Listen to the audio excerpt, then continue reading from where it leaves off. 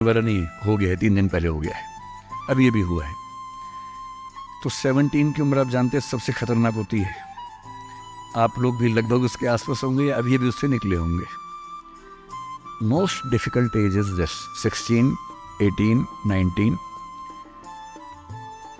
इस उम्र में आपके हार्मोन्स इतना ज़्यादा जंप करते हैं कि मूड स्विंग्स बहुत ज़्यादा होते हैं। आपको अपने दोस्तों से बात करके इतना सुकून मिलता है। पेरेंट्स दुश्मन नज़र आते हैं इस उम्र में। पेरेंट्स कोई अच्छी बात भी कहें तो लगता है कि ये क्यों मनहूस लोग हमारे घर में रहते हैं, क्यों ऐसी खराब खराब बात बोलते हैं। They don't understand, they are outdated people, ऐसा मन में भाव आता है। सबको आता है। आपको आ रहा है तो पहली बार नहीं आ रहा है, आज से 30 साल के बाद आपके बच्चों को भी आएगा आपके बारे में, एकदम उतनी ही इंटेंसिटी से आएगा जितना आपको आता है। जितना आपको लगता है कि आपके पेरेंट्स बिल्कुल नहीं समझते, आपके बच्चे आपके बारे में यही सोचेंगे 30 साल बाद। ये एकदम इटर्नल ट्रुथ है जिसको आप रोक नहीं पाएंगे। So this is a normal thing.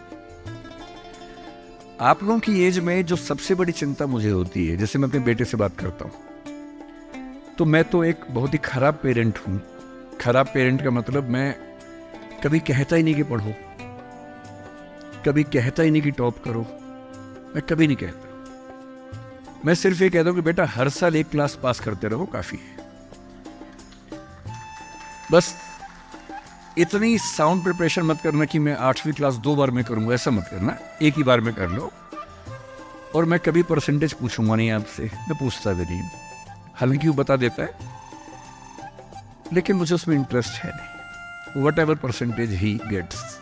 And we also have a daughter, I mean I am not the biological father, she is a relative's daughter, so she lives with us. हम दोनों बच्चों से बोलते हैं कि हम कभी नहीं पूछेंगे परसेंटेज क्या है, ना हम पूछते हैं, ना हमारा इंटरेस्ट है। हमारा इंटरेस्ट केवल इस बात में है कि वो बेहतर ह्यूमन बींग्स बन जाए, क्योंकि मैंने ज़िंदगी को बहुत अच्छे से देखा है और मैं एक बहुत ही ख़राब स्टूडेंट रहा हूँ स्कूल में। बहुत बदमाश, शरारती, कम पढ़ने वाला, पर दिमाग इतना था कि 10 दिन 20 दिन पढ़ के अच्छे नंबर आ ही जाते थे। तो मेरा दिमाग कहता था कि जो काम 10 दिन का उसके लिए साल क्यों खराब करूं। जब 10 दिन में हो ही जाता है तो 10 दिन खराब करेंगे उसको। और दूसरी बात, ओवर द ईयर्स मैंने ये सीखी है कि जो मैंने स्कूल में पढ़ा था उसमें से बहुत कम जिंदगी में काम आता है। मैंने ट्रिगोनोमेट्री पढ़ी, मेरी जिंदगी में कभी काम नहीं आई। मैं कभी थीटा वीटा लगा ही नहीं पाता कहीं पर भी, आज तक यूज नहीं किया मैंने थीटा, कहाँ थी यूज करूं, काम ही नहीं आया। मैंने दुनिया भर के नक्शे रटे थे स्कूल में, कहीं काम नहीं आए।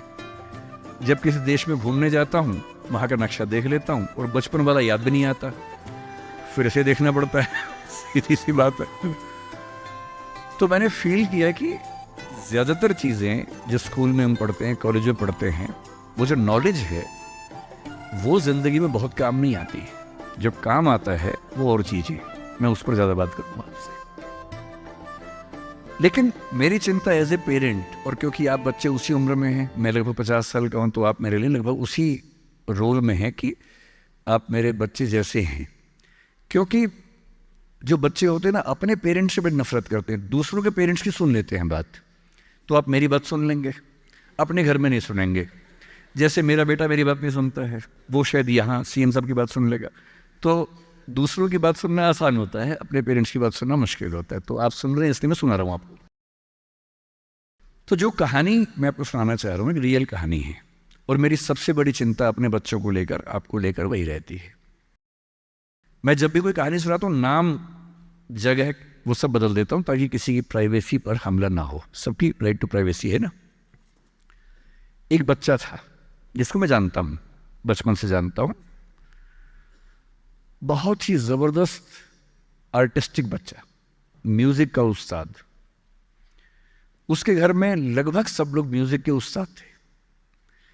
इंस्ट्रूमेंटल म्यूजिक, वोकल म्यूजिक, हर चीज में अच्छा, पढ़ने में भी ठीक, बढ़िया।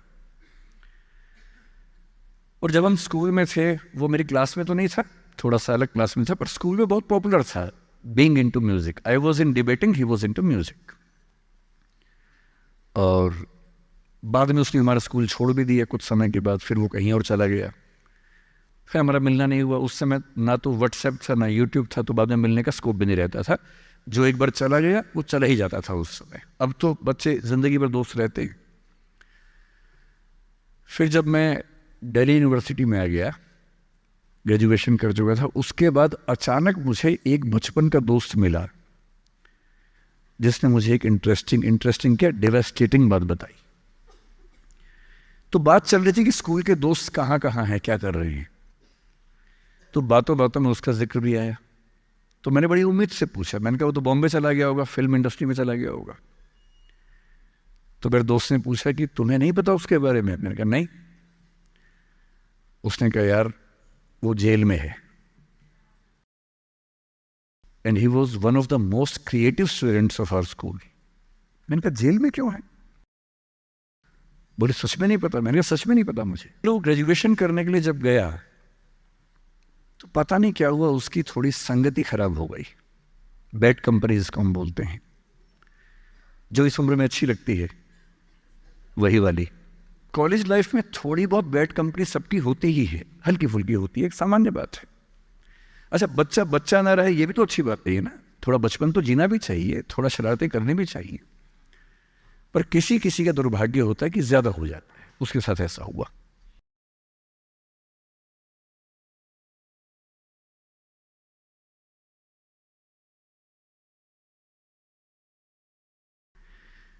मतलब 1000 लोग जाएंगे तो उनमें से एक आध वापस आएगा, वो भी इतने मुश्किलों से जो ऑलमोस्ट इम्पॉसिबल है। I have seen many such cases. Social welfare department से मेरे कई दोस्त ऑफिसर्स हैं, तो मैं उनसे जब पूछता हूँ बताते हैं मैंने ऐसे लोगों को देखा है 10-10 साल से स्ट्रगल कर रहे हैं एडिक्शन से बाहर आने के, नहीं आ पा रहे, खत्म हो गए हैं। उस बच्चे को ड्रग्स की आदत पड़ गई कॉलेज में जाके, पेरेंट्स को पता ही नहीं था। तो जब पेरेंट्स को भनक लगी तो उसको दबाव बनाया कि तुम घर आ जाओ। अब वो जिस कंपनी में था, दोस्तों वाली कंपनी में, वहाँ अब ड्रग्स बहुत महंगे होते थे, पैसे घर से बहुत कम आते थे, जितने पैसे एक मिडिल क्लास फैमिली दे सकती है। अब वो घर से ज़्यादा पैसे मांगने लगा, पैसे मिलते नहीं थे। उसको अपने ही घर के लोगों पर गुस्सा आने लगा। तो एक बार वो अपने घर आया हुआ था छुट्टियों में, और वहाँ भी वो कुछ कुछ करता रहता था। उसके पेरेंट्स ने उसको बहुत समझाया कि बेटा ऐसा मत करो, और एक दिन इस बात पे झगड़ा बढ़ गया। भाई आप पेरेंट्स की चिंता समझेंगे आज से 30 साल बाद, जब आपके बच्चे इस एज में होंगे ना, आपकी नानी मर जाएगी उस समय। नानी मरना एक मुहावरा है, इसका मतलब बहुत चिंता में रहेंगे उस समय आप। और उस दिन पता नहीं क्या हुआ, एक झगड़ा हुआ, क्योंकि जो एडिक्शन के शिकार हैं उनका दिमाग उनके कंट्रोल में नहीं होता है। यहाँ तक कि जो ड्रिंक करते हैं, ड्रिंक एक लेवल से ज़्यादा कर लें तो दिमाग कंट्रोल से बाहर निकलने लगता है। ड्रग्स में तो ये एलिमेंट बहुत ज़्यादा होता है। और आधी रात को उसने क्या किया, उसने अपनी फैमिली के 5 लोगों का मर्डर कर दिया। मर्डर। उसने खाने में जहर मिलाया, लगभग सब लोग उससे मर गए। एक मेंबर नहीं मरा क्योंकि उसने खाना खाया नहीं उस दिन, तो उसको उसने अलग से मारा। और ये बात है जब उसकी उम्र लगभग 17-18 साल की थी, या 19 के आसपास रहा होगा। उसके बाद वो जेल गया। मुझे उसके बाद से पता ही नहीं कि क्या हुआ, फांसी हुई या उम्र कैद हुई या क्या हुआ, ना तो मुझे पता है ना मैं इंटरेस्टेड हूँ जानने में। मैं उसका नाम हम सब जानता हूँ, एंड 1-2 क्लास स्कूल में ऐसी थी कि वो हम आसपास थे, जानते थे, पहचानते थे एक दूसरे को। मेरी सबसे बड़ी चिंता ये होती है बच्चों को लेकर कि किसी भी गलती से वो ड्रग्स में ना चले जाएं। आप सबसे रिक्वेस्ट कर रहा हूँ हाथ जोड़ के, कुछ भी कर लेना, ये मत करना। बदमाशी करो, शरारत करो, थोड़ा इश्क विश्क होगा करो, कोई दिक्कत नहीं। किसी को चीट मत करना, ड्रग्स में मत जाना, क्योंकि इन रास्तों पे जाने के बाद वापसी का रास्ता नहीं है, पूरी जिंदगी खत्म हो जाती है। एक शायर ने कहा है, बस एक कदम गलत उठाता राह शौक में, राह शौक का मतलब शौक के रास्ते पर चल पड़े थे, बस एक कदम गलत उठाता राह शौक में, मंजिल तमाम उम्र मुझे ढूंढती रही। मेरी मंजिल जिंदगी भर मुझे ढूंढती रही, कहाँ चला गया? सिर्फ एक गलती हुई थी और उस एक गलती ने कहीं का नहीं छोड़ा। आपको लग रहा होगा कि ये तो पापा जैसा है, प्रीच कर रहा है हमें, पापा डोंट प्रीच वाला भाव मन में आ रहा होगा आप लोगों के, पर मेरा काम ही है, मैं क्या करूं? मुझे जितनी चिंता अपने बच्चे की उतनी आपकी चिंता है, तो मैं तो बोलूँगा। आप मानेंगे नहीं मानेंगे आपकी मर्जी है, लेकिन ईश्वर ना करे कुछ गलती हुई तो बाद में आप इस बात को याद ज़रूर करेंगे कि किसी ने समझाया था हाथ जोड़कर और हम उसके बाद भी नहीं समझे थे। कुछ भी करना, उस रास्ते पर मत जाना। और इस रास्ते पर लोग क्यों जाते हैं? इसकी जो साइकोलॉजी में सबसे बड़ा रीज़न है, उसको पीयर ग्रुप प्रेशर कहते हैं। पीयर ग्रुप का मतलब है आपके दोस्तों का ग्रुप, गैंग, जिसको गैंग कहते हैं। जो डेवलपमेंटल साइकोलॉजी है, जो साइकोलॉजी स्टडी करती है कि बच्चे जैसे जैसे बड़े होते हैं उनकी साइकोलॉजी कैसे चेंज होती है, इसको बोलते हैं डेवलपमेंटल साइकोलॉजी। उसमें माना गया है कि ये जो एज है, टीन एज, ये गैंग एज है। गैंग एज का मतलब 3-4 दोस्तों का ग्रुप होता है, वो गैंग की तरह से ऑपरेट करता है। एकदम सीक्रेट्स रहते हैं उस ग्रुप में, आपस में बातें करते हैं, जैसी कोई आसपास से निकलता चुप हो जाते हैं। उनको लगता है कि उनके पास कुछ सीक्रेट इन्फॉर्मेशन दुनिया की ऐसी है जो मोसाद और रॉ और इन्हीं सब के पास होती है, किसी के पास नहीं होती। जबकि वो जो बात कर रहे होते हैं उनके पेरेंट्स वो बात 30 साल पहले कर चुके हैं। वो ऐसी कोई बात नहीं कर रहे जो उनके पेरेंट्स को नहीं पता, वो सब बातें करके ही बड़े हुए हैं। पेरेंट्स भी तो बने ही है ना भाई, ऐसा थोड़ा ना, उन्होंने तो जिंदगी देखी है। पर उनको लगता है कि वो कुछ खास ऐसा जानते हैं। एक दूसरे पर ऐसा भरोसा, पेरेंट्स पर ऐसा अविश्वास, ऐसा उनको खारिज करने की टेंडेंसी, नॉर्मल बात है, कोई खास बात नहीं है, इस उम्र में सामान्य बात है। पर डेवलपमेंटल साइकोलॉजी जब हम पढ़ते हैं तो उसमें कहते हैं कि जो बच्चा होता है 1-2 साल तक का, उस पर सबसे ज़्यादा असर उसकी माँ का होता है, क्योंकि माँ उसके लिए पूरा संसार है। उस बच्चे की 2 ही ज़रूरतें हैं कि जब वो गीला हो तो वो पहुँच दे, जब भूख लगे कुछ खाना खिला दे। शुरू के 6 महीने इन दोनों ज़रूरतों को जनरली उसकी माँ ही पूरा करती है। तो उसको धीरे धीरे लगता है कि जो माँ है ना, यही मेरा सब कुछ है, और माँ की हर बात को फॉलो करता है वो। 6 महीने के बाद थोड़ा सा बाहर का खाना, घर के बाकी मेंबर्स का असर पड़ने लगता है। 2 साल के बाद जब बच्चा पहली बार स्कूल जाता है, 2 या 3 साल के बाद, तो आप देखेंगे प्राइमरी स्कूल में टीचर्स आमतौर पे महिलाएं होती हैं, विमेन होती हैं, मेल्स नहीं होते हैं। उसके 2 रीज़न है। एक तो मेल्स में इतनी पेशेंस होती नहीं आमतौर पे। अपना ही बच्चा हो तो 2 मिनट के लिए चिकोटी काटना, प्यार करना ठीक है, 2 मिनट के बाद नहीं झेल पाते वो। और बच्चा अगर रोने लगे, उनके चश्मा उतार के मारे, थप्पड़ मार दे, मूंछ खींच ले, इरिटेट हो जाते हैं। 5 मिनट के बाद तो बच्चा पिटता ही पिटता है अपने बाप के हाथों। इसलिए बच्चे भी बाप के पास कम जाना पसंद करते हैं, जाते हैं 1-2 मिनट के लिए, फिर भागाते हैं वहाँ से। इनको पता है कि ये जो ब्रेक इवन होने वाला है, टाइम आ गया है, अब इस टाइम पर निकल जाना चाहिए। मदर्स में बायोलॉजिकली भी और कल्चरली, सोशली भी ये वैल्यू ज़्यादा डेवलप हो जाती है कि वो झेल लेती हैं उस बच्चे की परेशानियों को। बच्चे बहुत परेशान करते हैं। अगर आप मुझसे पूछें इस दुनिया में सबसे मुश्किल काम क्या है, सबसे मुश्किल है बच्चे को पालना। इससे मुश्किल कोई काम नहीं है। छठी का दूध याद दिला देते हैं बच्चे। बच्चे को पालने से मुश्किल दुनिया का कोई काम नहीं है, और वो काम जनरली हमारे घरों में मदर्स करती है, जिनका इतिहास में नाम नहीं लिखा जाता, जबकि सबसे महत्वपूर्ण काम घर के अंदर वो कर रही हैं। इस बात की बहुत वैल्यू है।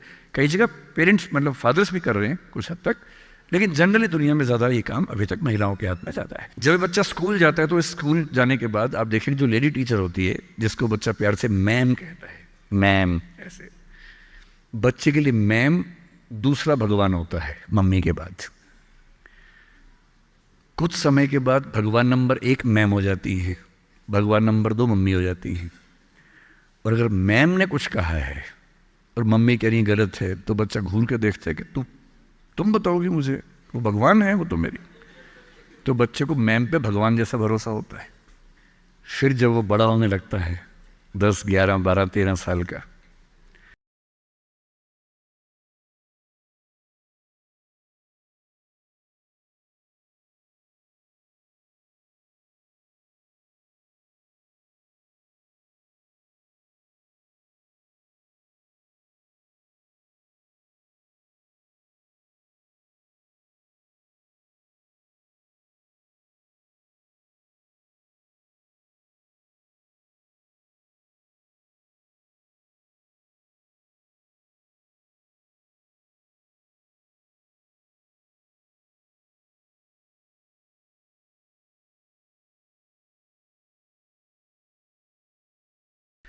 थर्टीन की एज आते आते बच्चों में जो बायोलॉजिकल चेंजेस होने शुरू होते हैं, बड़े परेशान होते हैं, पशुपेश में होते हैं कि ये क्या हमारे साथ हो रहा है, हमारी ज़िंदगी चेंज हो रही है। अचानक उनको ऐसा लगने लगता है। उस उम्र के जो हार्मोन्स हैं वो उनको पेरेंट से दूर करते हैं, क्योंकि उनको जिस तरह की आज़ादी चाहिए, पेरेंट जानते हैं कि ये उम्र सही नहीं है, तो पेरेंट्स रोकते हैं, समझाते हैं, फ़ोन का यूज़ कम करो, इंटरनेट कम करो, तुम्हारा दोस्त ठीक नहीं है, तुम्हारी कंपनी ठीक नहीं है, अच्छे दोस्त रखो, ये करो, वो सब करते हैं। उनकी मजबूरी है, उनको पता है कि ये उम्र फिसलने वाली है। और बच्चों को लगता है कि मैं जहाँ जहाँ आज़ादी चाहता हूँ, यही दो लोग मेरे दुश्मन हैं, पता नहीं ये डिज़र्व नहीं करते मुझे, they don't deserve a child like me. फिर वो पेरेंट्स से झूठ बोलना, छिपाना, हर बच्चा उस उम्र में झूठ बोलना शुरू कर देता है। कुछ बहुत प्यारे मासूम बच्चों को छोड़ दूं मैं 1-2%, बाकी सब थोड़ा बहुत झूठ तो बोल लेते हैं। कुछ ज़्यादा शातिर हो जाते हैं, इतना खतरनाक झूठ बोलते हैं, लाई डिटेक्शन टेस्ट करवा लेंगे तो भी नहीं पकड़ में आएंगे, इतना अच्छा झूठ बोलने लग जाते हैं, क्योंकि उन्होंने सीख लिया दोस्तों से सब करके। और ये जो उम्र है 13 से 19, जो गैंग एज है, ये जो दोस्त हैं, इनका असर इतना ज़्यादा होता है। और आपकी पर्सनैलिटी कैसी है, हर गैंग में 4-5 लोग होते हैं, उनमें से एक मुखिया होता है, उनका गैंग का नेता होता है, जो थोड़ा सा एग्रेसिव है, डोमिनेटिंग है, असर्टिव है, वो फैसले करता है सबके लिए। आपने डिसीजन मेकिंग का सवाल पूछा, इसी पे सो समझेंगे। उसने कहा कि चलो सब फिल्म देख के आएंगे, तो बाकी 4 फॉलोवर्स होते हैं, वो चलते हैं, जी जी चलो चलो चलो चलो चलो। इन सबका सेल्फ रिस्पेक्ट का लेवल अलग अलग है।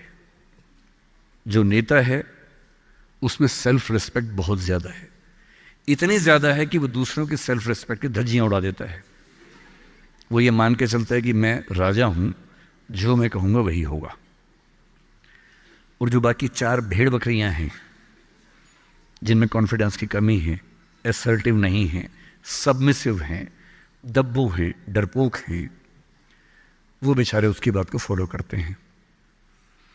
और ये जो 4 है ना, इन पे खतरा बहुत ज़्यादा है, क्योंकि जो नेता है वो पहले से बिगड़ा हुआ है, वो हैबिचुअल है कई चीज़ों का, और वो इन 4 को बोलता है आज हम सब ड्रग्स ट्राई करेंगे।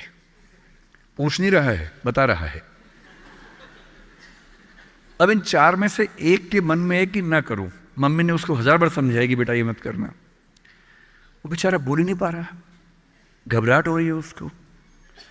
बड़ी मुश्किल से मिमियाते हुए एक वाक्य उसने बोला, मिमियाना मतलब बिल्ली की तरह से बोलना, कैट की तरह से बोलना। उसने कहा यार मम्मी ने कहा था ठीक नहीं होता है। अब उसके बाद जोर से ठाका मार गया, ये देखो मम्मी का बच्चा, ये देखो मम्मी का बच्चा, इसको दुद्धू पिलाओ, दुद्धू पिलाओ इसको, बच्चा है, ये तो बड़ा ही नहीं हुआ, ये तो मर्द ही नहीं बना अब तक। हम तो मर्द हैं, हम तो बड़े हैं, हम तो ग्रोन अप हैं।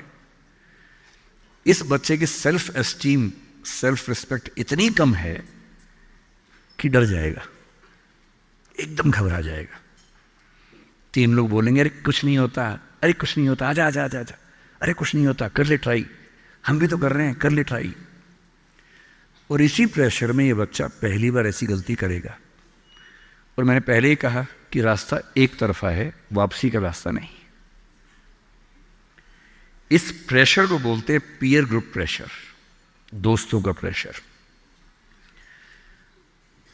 मैं अपने बच्चे को केवल एक बात सिखाता हूँ, बाकी पढ़ाई लिखाई तो मुझे पता है ज़िंदगी में जब कोई करना चाहेगा कर ही लेगा। इंटरनेट की दुनिया में, गूगल की दुनिया में आप क्या, मतलब मैं क्या पढ़ा दूँगा आपको, टीचर क्या पढ़ा लेंगे, सब गूगल पे उपलब्ध है, सब ऑनलाइन अवेलेबल है।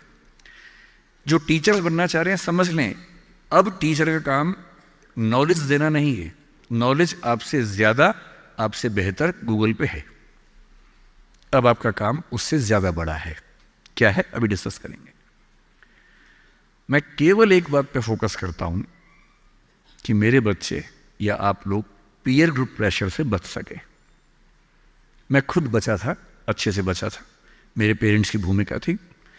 मैं जिस हॉस्टल में रहा उस हॉस्टल में लगभग सब ड्रिंक करते थे कॉलेज के दिनों में, मैं नहीं करता था।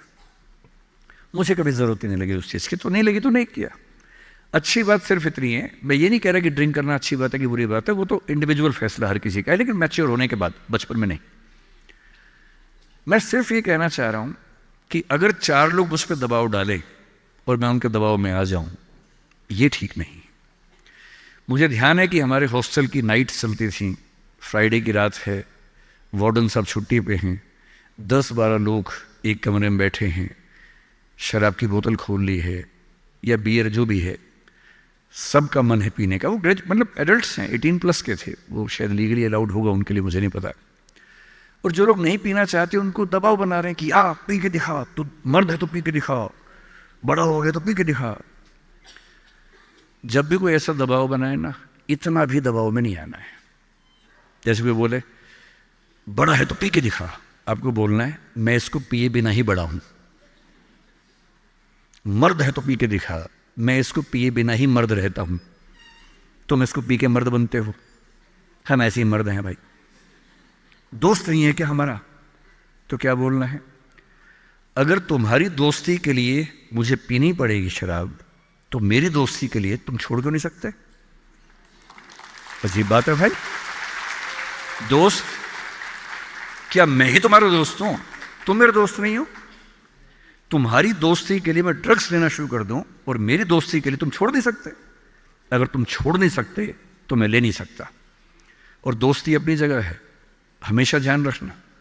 भूल के भी कभी कोई ऐसी डिमांड मत करना जो दोस्ती की हदों से ज़्यादा जाती हो। मैं साफ कह रहा हूं, मैं ड्रग्स के रास्ते पर नहीं जाऊंगा, ये काम मैं नहीं करूंगा। मुझसे दोस्ती रखनी है, इन शर्तों के साथ रखो। मैं किसी दबाव में ना आया हूं ना आऊंगा। इसको बोलते हैं असर्टिवनेस। अपनी शर्तों पे जीऊंगा, किसी के दबाव में नहीं जीऊंगा। जो गलत है गलत है, नहीं करना है तो नहीं करना है। एक शायर ने बड़ी अच्छी बात कही इश्क के बारे में, लेकिन यहाँ अप्लाई होती है। उसने कहा, वो नहीं मेरा सही, उससे मोहब्बत है तो है। भाई किसी से मोहब्बत है, नहीं हो पाया मेरा, कोई बात नहीं। वो नहीं मेरा मगर उससे मोहब्बत है तो है। अब ये रस्मों और रिवाजों से बगावत है तो है। अगर मैंने एक सही बात कह दी और वो रस्म रिवाज के खिलाफ है तो है, मैं क्यों डरूंगा? जो मुझे ठीक लगा, अपने ईमान के मुताबिक लगा, मैंने कहा तो मैं करूंगा।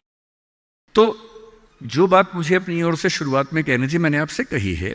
और मेरा ख्याल है कि अगर आप सब बच्चों में से एक बच्चा भी मेरी बात सुन के गलत रास्ते पे जाने से रुक गया तो मेरा सिक्किम आना धन्य हो गया। मैं उसमें बहुत खुश हूँ, उससे ज़्यादा मुझे कोई ज़रूरत नहीं।